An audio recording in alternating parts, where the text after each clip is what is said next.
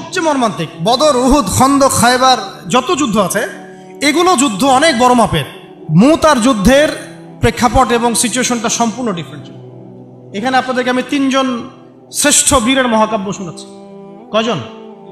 তিনজন শ্রেষ্ঠ বীর পুরুষের মহাকাব্য। নবী সাল্লাল্লাহু আলাইহি ওয়াসাল্লাম একজন সাহাবীকে পাঠালেন, তার নাম হচ্ছে হারিস বিন উবাইদা। কি নাম বলেন? হারিস বিন উবাইদা, তুমি এই চিঠিটা নিয়ে যাও।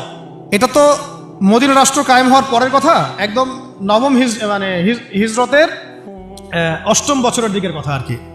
তখন ততদিন হুদাইবিয়ার সন্ধিও হয়ে গেছে এবং কাজা উমরাও আদায় হয়ে গেছে এবং খায়বার যুদ্ধ জয় হয়ে গেছে। খায়বারের পরের কথা এটা আর কি, যে হারিস বিন উবাইদা তুমি এই চিঠিটা নিয়ে যাও, ওই রোমকদের কাছে যাবো। তখন তো সুপার পাওয়ার দুইটা, রোমানরা এবং পার্সিয়ানরা।